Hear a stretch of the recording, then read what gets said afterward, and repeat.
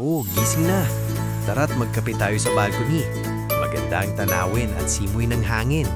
Malawak at malinis. Masarap mag-breakfast dito kasama ang pamilya. O kahit mag-isa ka lang, pwede din.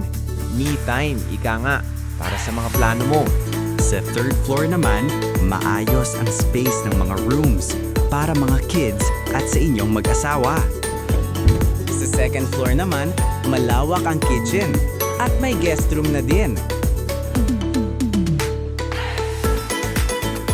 Sa ground floor naman, malaki ang parking.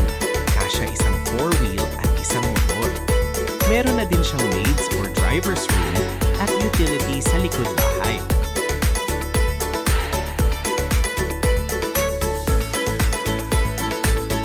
Dito lang yan sa Don Antonio Heights Subdivision, Commonwealth Avenue, Quezon City.